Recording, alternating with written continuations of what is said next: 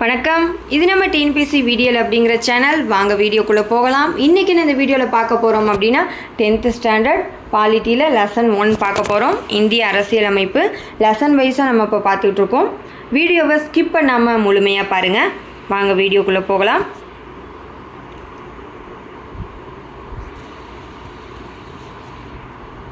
அரசியல் அமைப்பு என்ற கொள்கை முதல்ல அமெரிக்க ஐக்கிய நாடுகளில் தான் தோன்றியிருக்கு. USA ஃபஸ்ட்டு இந்த அரசியல் அமைப்பு அப்படிங்கிற கொள்கை முதல்ல அமெரிக்க ஐக்கிய நாடுகளில் தான் தோன்றியிருக்கு. அரசியல் அமைப்பின் அவசியம். அனைத்து மக்களாட்சி நாடுகளும் தங்களை நிர்வகித்து கொள்ள ஒரு அரசியல் அமைப்பு சட்டத்தை பெற்றிருக்கு. ஒரு நாட்டின் குடிமக்கள் வாழ விரும்பும் வகையில் சில அடிப்படை கொள்கைகளை அரசியல் அமைத்து வகுத்து கொடுக்குது. அதை பற்றி தான் நம்ம விரிவாக பார்க்க போகிறோம். இந்திய அரசியல் அமைப்பு உருவாக்கம் 1946ஆம் ஆண்டு அமைச்சரவை தூதுக்குழு திட்டத்தின் கீழ் உருவாக்கப்பட்ட இந்திய அரசியல் நிர்ணய சபையால் இந்திய அரசியல் அமைப்பு உருவாக்கப்பட்டிருக்கு. 1946 இந்திய அரசியல் நிர்ணய சபையால் இந்திய அரசியல் அமைப்பு உருவாக்கப்படுது. இந்த சபையில் 292 மாகாண பிரதிநிதிகள் இருக்காங்க. 93 சுதேச அரசுகளின் நியமன உறுப்பினர்கள் இருக்காங்க. பலுசிஸ்தான் சார்பில் 1 மற்றும் மாகாண முதன்மை ஆணையர்கள் சார்பில் 3 என மொத்தம் 389 உறுப்பினர்கள் இடம்பெறாங்க. அரசியல் அமைப்பின் முதல் கூட்டம் 1946 டிசம்பர் 9ஆம் நாள் நடைபெறுது. அரசியல் அமைப்பின் முதல் கூட்டம் 1946 டிசம்பர் 9 இடம்பெறுது. இச்சபையின் தற்காலிக தலைவராக மூத்த உறுப்பினர்கள் டாக்டர் சச்சினானந்த சின்ஹா தேர்ந்தெடுக்கப்படுறாரு. முதல் கூட்டம் எப்போ நடக்குது? 1946 டிசம்பர் 9 நடக்குது. தற்காலிக தலைவராக மூத்த உறுப்பினர் டாக்டர் சச்சினானந்த சின்ஹா தேர்ந்தெடுக்கப்படுறாங்க. இந்திய அரசியலமைப்பை உருவாக்க கூட்டத்தொடர் நடந்து கொண்டிருக்கும் போதே அவர் இறந்து போயிடுறாரு. அதைத் தொடர்ந்து டாக்டர் ராஜேந்திர பிரசாத் இந்திய அரசியலமைப்பு நிர்ணய சபையின் தலைவராக தேர்ந்தெடுக்கப்படுறாங்க. HC முகர்ஜி மற்றும் VT கிருஷ்ணமாச்சாரி துணைத் தலைவராக தேர்ந்தெடுக்கப்படுறாங்க. இந்த கூட்டத்தொடர் 11 அமர்வுகள் 166 நாட்கள் நடைபெறுது. இந்த கூட்டத்தொடர் இது ரொம்ப முக்கியம். 11 நாட்கள் இந்த கூட்டத்தொடர் 11 அமர்வு 166 நாட்கள் நடைபெறுது. இந்த கூட்டத்தின் போது 2473 திருத்தங்கள் முன்வைக்கப்படுறாங்க. 11 அமர்வு 166 நாட்கள் 2473 திருத்தங்கள் முன்வைக்கப்படுறாங்க. அவற்றுள் சில திருத்தங்கள் மட்டும் ஏற்கப்பட்டது, சில திருத்தங்கள் ஏற்கப்படல. அரசியலமைப்பு நிர்ணய சபை பல்வேறு குழுக்கள் மூலம் இந்திய அரசியலமைப்பு சட்டத்தை உருவாக்கும் பணியை மேற்கொண்டிருக்கு. இந்திய அரசமைப்பு சட்ட வரைவு குழுவின் தலைவராக டாக்டர் BR அம்பேத்கர் தலைமையின் கீழ் இந்திய அரசியலமைப்பு சட்டம் உருவாக்கப்பட்டிருக்கு. எனவே அவர் இந்திய அரசியலமைப்பின் தந்தை என அழைக்கப்படுறார் அப்படின்னு சொல்கிறாங்க. இது ரொம்ப முக்கியம். இந்திய அரசியலமைப்பின் தந்தை என அழைக்கப்படுறாரு. அரசியலமைப்பு இப்படி தான் உருவாகியிருக்கு. அதை தொடர்ந்து என்னென்ன அப்படின்னு பார்க்கலாம். இந்திய அரசியலமைப்பு சட்டம் எழுதப்பட்ட பின்னர் பொதுமக்கள், பத்திரிகைகள், மாகாண சட்டமன்றங்கள் மற்றும் பலரால் விவாதிக்கப்பட்டிருக்கு. என்னதான் விவாதம் செஞ்சாலும் இறுதியாக முகவுரை 22 பாகங்கள் 395 சட்டப்பிரிவுகள் மற்றும் 8 அட்டவணையை கொண்டிருக்கு. இந்திய அரசியலமைப்பு 1949 நவம்பர் 26ஆம் நாள் ஏற்றுக்கொள்ளப்பட்டது. ஏற்றுக்கொள்ளப்பட்ட நாள் ரொம்ப முக்கியம். நடைமுறைக்கு வந்த நாள் ரொம்ப முக்கியம். இந்திய அரசியலமைப்பு 1949 நவம்பர் 26ஆம் நாள் ஏற்றுக்கொள்ளப்பட்டு 1950 ஜனவரி 26 இந்திய அரசியலமைப்பு சட்ட நடைமுறைக்கு வந்திருக்கும். தான் நம்ம ஒவ்வொரு ஆண்டும் சீரும் சிறப்புமாக இந்திய குடியரசு தினமாக நம்ம கொண்டாடப்பட்டு வருகிறோம். அதுக்கப்புறம் அப்படின்னு பார்த்தோம்னா ஜவஹர்லால் நேருவின் குறிக்கோள் தீர்மானம் அடிப்படையில் இந்த இந்திய அரசியல் அமைப்பின் முகவுரை அமைஞ்சிருக்கும். முகவுரையானது 1976ஆம் ஆண்டு 42வது அரசியல் அமைப்பு சட்ட திருத்தம்படி திருத்தப்பட்டிருப்பாங்க. அதன்படி சமதர்ம, சமய சார்பின்மை, ஒருமைப்பாடு போன்ற 3 புதிய சொற்கள் சேர்க்கப்பட்டிருப்பாங்க. 1976 42வது சட்ட திருத்தம் படி 3 வார்த்தைகள் சேர்த்திருப்பாங்க. என்னென்ன அப்படின்னு பார்த்தோம்னா சமதர்மம், சமய சார்பின்மை, ஒருமைப்பாடு அப்படிங்கிற 3 சொற்கள் சேர்த்திருப்பாங்க. இந்திய மக்களாகிய நாம் அப்படிங்கிற சொற்களுடன் இந்திய அரசியல் அமைப்பின் முகவுரை எப்போதுமே தொடக்கம் பெறுது. பாக்ஸ் கொஸ்டின் பார்க்கலாம். பிரேம் பெஹாரி நரேன் ரைஜடா என்பவரால் இந்திய அரசமைப்பு சட்டம் இத்தாலிய பாணியில் அவரது கைப்பட எழுதப்பட்டது அப்படின்னு சொல்கிறாங்க.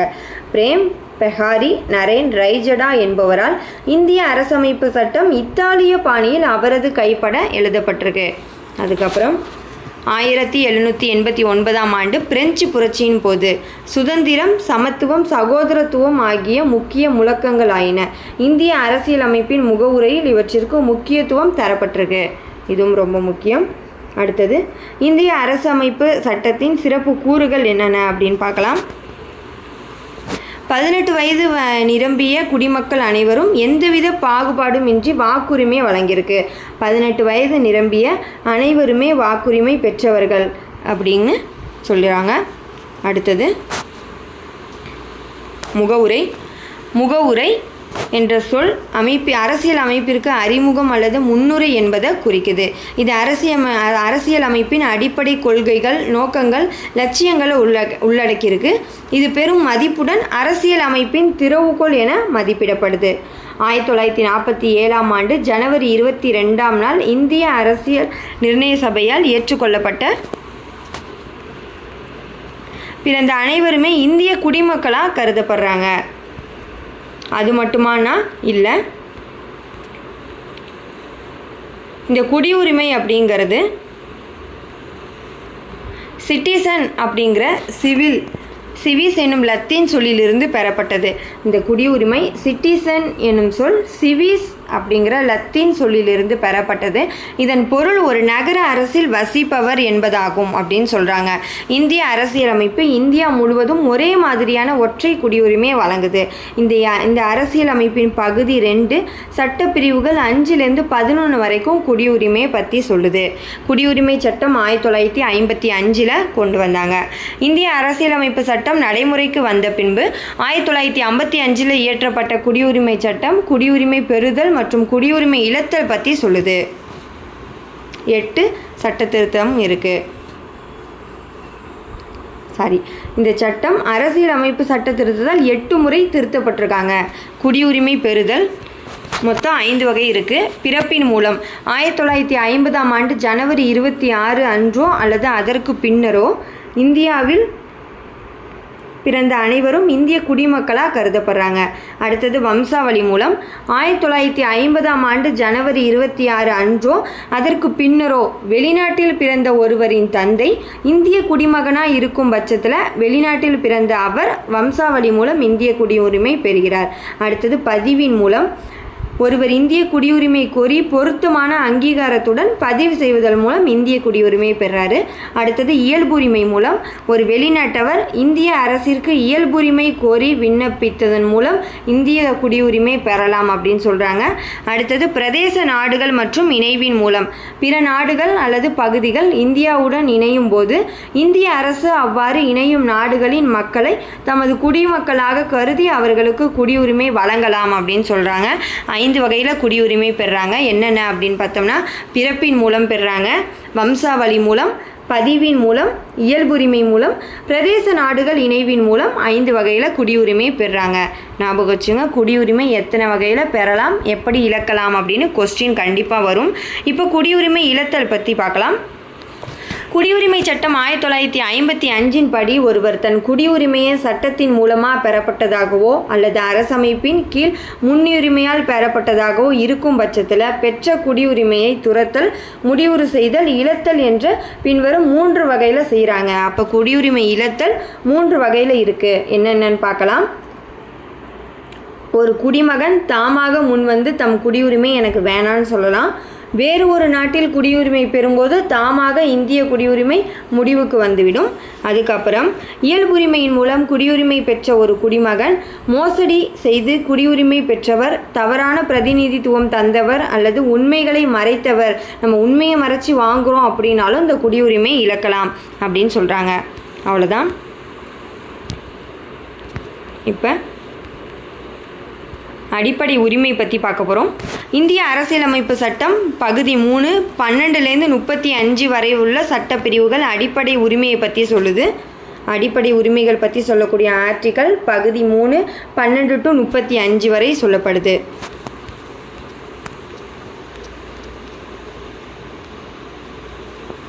பகுதி 3 இந்தியாவின் மகா சாசனம் அப்படின்னும் அழைக்கப்படுது. பகுதி 3 அரசியல் அமைப்பின் பகுதி 3 இந்தியாவின் மகா சாசனம் என்று அழைக்கப்படுகிறது. இந்தியாவில் வசிக்கும் மக்கள் அனைவருக்கும் அடிப்படை உரிமைகள் பொதுவானது. ஆனால் இந்திய குடிமக்களுக்கு மட்டுமேயான சில அடிப்படை உரிமைகள் இருக்குது. அரசியல் அமைப்புக்கு உட்பட்டு தீர்வு காணும் உரிமை, அதுதான் சட்டப்பிரிவு 32 அப்படின்னு சொல்கிறாங்க. உச்சநீதிமன்றம் அரசியல் அமைப்பின் பாதுகாவலன் என அழைக்கப்படுகிறது. Doctor B.R. அம்பேத்கரின் கூற்றுப்படி அரசியல் அமைப்பு சட்டப்பிரிவு 32 இந்திய அரசியல் அமைப்பின் இதயம் மற்றும் ஆன்மா அப்படின்னு சொல்கிறாங்க. இது ரொம்ப முக்கியம். ஆட்கொணர்வு நீதி பேராணை ஹேபியஸ் கார்பஸ் சட்டத்திற்கு புறம்பாக ஒருவர் கைது செய்யப்படுவதிலிருந்து இது பாதுகாக்கப்படுகிறது. சட்டத்திற்கு புறம்பாக யார் ஒருத்தவங்க கைது செய்யப்பட்டாலும் ஆட்கொணர்வு நீதி பேராண்மை மூலமாக அவங்க பாதுகாக்கப்படுவாங்க. அடுத்தது கட்டளை உறுத்தும் நீதி பேராணை. மனுதாரர் சட்ட உதவியுடன் தனது மனு தொடர்பான பணியினை சம்பந்தப்பட்ட துறையிலிருந்து நிறைவேற்றி கொள்ள முடியும், அதுதான் சொல்கிறாங்க. அடுத்தது தடையுறுத்தும் நீதி பேராணை ப்ராபிஷன். ஒரு கீழ் நீதிமன்றம் தனது சட்ட எல்லையை தாண்டி செயல்படுவதை தடுக்குது. அடுத்தது ஆவண கேட்பு பேராணை. உயர்நீதிமன்றம் ஆவணங்களை நியாயமான பரிசீலனைக்கு தனக்கோ அல்லது உரிய அதிகாரிக்கோ அனுப்ப செய்யும் கீழ் நீதிமன்றங்களுக்கு இடும் ஆணை தான் ஆவண கேட்பு பேராணை அப்படின்னு சொல்கிறாங்க. அடுத்தது தகுதி முறை வினவும் நீதி பேராணை. இப்பேராணை சட்டத்திற்கு புறம்பாக தகாத முறையில் அரசு அலுவலகத்தை கைப்பற்றுவதை தடை செய்து. தகுதி முறை வினவும் நீதி பேராணை கியூ வாரண்டோ, அதான் சொல்கிறாங்க. இப்போ சமத்துவ உரிமை பிரிவு 14 சட்டத்தின் முன் அனைவரும் சமம் சொல்கிறாங்க. பிரிவு 15 மதம், இனம், ஜாதி, பாலினம் மற்றும் பிறப்பிடம் இவற்றின் அடிப்படையில் பாகுபடுத்துவதை தடை செய்கிறாங்க. பிரிவு 16 பொது வேலைவாய்ப்பில் சம வாய்ப்பு அளித்தல். 17 தீண்டாமையை ஒழித்தல். 18 இராணுவ மற்றும் கல்விசார் பட்டங்களை தவிர பட்டங்களை நீக்குதல். அடுத்தது சுதந்திர உரிமை பிரிவு 19 பேச்சுரிமை, கருத்து தெரிவிக்கும் உரிமை, அமைதியான முறையில் கூட்டத்தை கூடுவதற்கும் சங்கங்கள் அமைப்புகள் தொடங்க உரிமை, இந்திய நாட்டிற்குள் விரும்பிய இடத்தில் வசிக்கும் மற்றும் தொழில் செய்யும் உரிமை பிரிவு 19 இருக்குது. பிரிவு 20 குற்றம் சாட்டப்பட்ட நபர்களுக்கான உரிமை மற்றும் தண்டனைகளிலிருந்து பாதுகாப்பு பெறும் உரிமையாக பிரிவு 20 இருக்குது. பிரிவு 21 பிரைவசி வாழ்க்கை மற்றும் தனிப்பட்ட சுதந்திரத்திற்கு பாதுகாப்பு பெறும் உரிமை சொல்கிறாங்க. பிரிவு 21A இது ரொம்ப முக்கியம், தொடக்க கல்வி பெறும் உரிமை. பிரிவு 22 சில வழக்குகளில் கைது செய்து தடுப்பு காவலில் வைப்பதற்கெதிரான பாதுகாப்பு உரிமை அப்படின்னு சொல்கிறாங்க. அடுத்தது சுரண்டலுக்கு எதிரான உரிமை பிரிவு 23 கட்டாய வேலை, கொத்தடிமை முறை, மனித தன்மையற்ற வியாபாரத்தை தடுத்தல் பிரிவு 23 சொல்லுது. 24 தொழிற்சாலைகள் மற்றும் ஆபத்தான இடங்களில் குழந்தை தொழிலாளர் முறையை தடுத்தல் சொல்லுது. அடுத்தது பிரிவு 25 சமய சார்பு உரிமை. எந்த ஒரு சமயத்தை ஏற்கவும் பின்பற்றவும் பரப்பவும் ஒருத்தருக்கு உரிமை இருக்குது, அதுதான் பிரிவு 25. பிரிவு 26 சமய விவகாரங்களை நிர்வகிக்கும் உரிமை. பிரிவு 27 எந்த ஒரு மதத்தையும் பரப்புவதற்காக வரி செலுத்துவதற்கு எதிரான சுதந்திரம் பற்றி சொல்லுது. பிரிவு 28 மதம் சார்ந்த கல்வி நிறுவனங்களில் நடைபெறும் வழிபாடு மற்றும் அறிவுரை நிகழ்வுகளில் கலந்து கொள்ளாமல் இருக்கவும் உரிமை இருக்குது அப்படின்னு சொல்கிறாங்க. பிரிவு 29 சிறுபான்மையினரின் எழுத்து, மொழி மற்றும் கலாச்சார பாதுகாப்பு பற்றி சொல்லுது. 30 சிறுபான்மையினரின் கல்வி நிறுவனங்களை நிர்வகிக்கும் உரிமை பற்றி சொல்லுது. அடுத்தது பகுதி 6 அரசியல் அமைப்புக்கு உட்பட்டு தீர்வு காணும் உரிமை. பிரிவு 32 தனிப்பட்டவரின் அடிப்படை உரிமைகள் பாதிக்கப்படும் போது நீதிமன்றத்தை அணுகி உரிமை பெறலாம் அப்படின்னு சொல்கிறாங்க. அவ்வளோதான் பாக்ஸ் கொஸ்டின். 1978ஆம் ஆண்டு 44வது அரசியலமைப்பு சட்ட திருத்தப்படி அடிப்படை உரிமைகள் பட்டியலிலிருந்து சொத்துரிமை பிரிவு 31க்கு நீக்கப்பட்டிருக்கு. இது இந்திய அரசியலமைப்பு சட்டம் பிரிவு 300Aவின் கீழ் ஒரு சட்ட உரிமையாக வைக்கப்பட்டுள்ளது அப்படின்னு சொல்கிறாங்க. அவ்வளோதான். இன்றைக்கி இந்த வீடியோவில் என்ன நம்ம பார்த்துருக்கோம் அப்படின்னா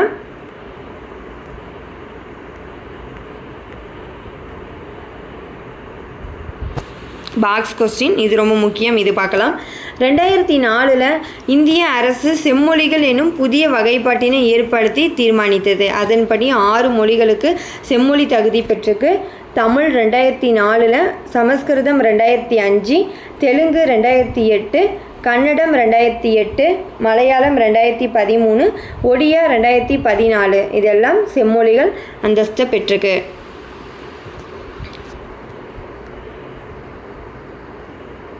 அவ்வளோதான். இன்றைக்கி இந்த வீடியோவில் என்ன பார்த்துருக்கோம் அப்படின்னா அரசியலமைப்பு சட்டங்கள் குறித்து பார்த்துருக்கோம். இந்த வீடியோ உங்களுக்கு பிடிச்சிருக்கும், பயனுள்ள தகவலாம் கிடச்சிருக்கும் அப்படின்னு நினைக்கிறேன். இந்த வீடியோ பிடிச்சிருந்தா நம்ம சேனலை மறக்காமல் சப்ஸ்கிரைப் பண்ணிவிட்டு உங்கள் ஃப்ரெண்ட்ஸ்க்கும் ஷேர் பண்ணுங்கள். நெக்ஸ்ட் வீடியோவில் பார்க்கலாம். தேங்க்யூ. தேங்க்ஸ் ஃபார் வாட்சிங்.